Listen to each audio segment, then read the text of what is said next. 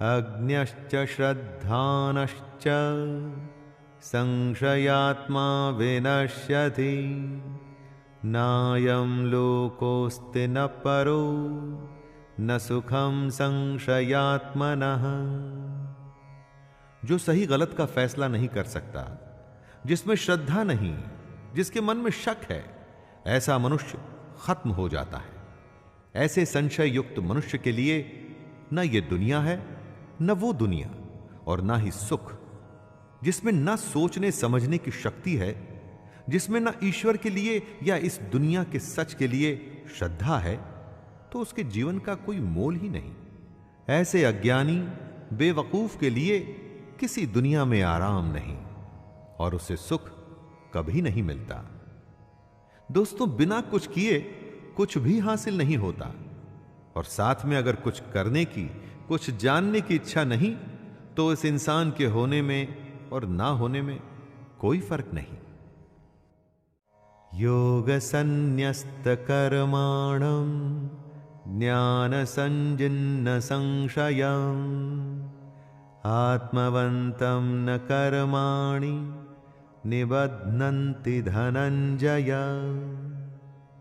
हे धनंजय, जिसने कर्म योग के तरीके से अपने सारे कर्मों को भगवान को चढ़ा दिया है और जिसने विवेक के द्वारा अपने सारे शक खत्म कर दिए हैं, ऐसे मन को वश में किए हुए पुरुष को कर्म नहीं बांधते।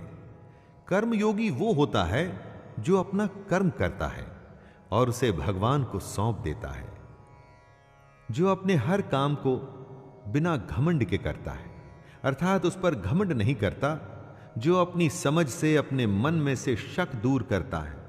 अगर शक में रहेंगे ना दोस्तों, तो कभी कोई फैसला नहीं कर पाएंगे, और जो अपने मन पर विजय हासिल कर लेता है, उसे भगवान का ज्ञान जानने से कोई नहीं रोक सकता। तस्मादज्ञान संभूतं हृतस्थं ज्ञानासीनात्मनः छित्त्वैनं संशयं योगम् अतिष्ठोतिष्ठ भारत। हे भरतवंशी अर्जुन, इसलिए तू हृदय में स्थित इस अज्ञान से होने वाले अपने शक को विवेक रूपी तलवार से काटकर कर्म योग में स्थित हो जा और युद्ध के लिए खड़ा हो जा। कृष्ण आवाहन करते हैं अर्जुन को और कह रहे हैं कि अपने अज्ञान को, अपने मन में पैदा हो रहे शक को कर्म योग से दूर कर और युद्ध के लिए खड़ा हो जा। हमें भी दोस्तों, हमें भी अगर कभी मन में कोई शक या चिंता सताए, तो बस कर्म योग को ध्यान में रखकर काम में लग जाना चाहिए। ज्यादा नहीं सोचना चाहिए कि अंजाम क्या होगा।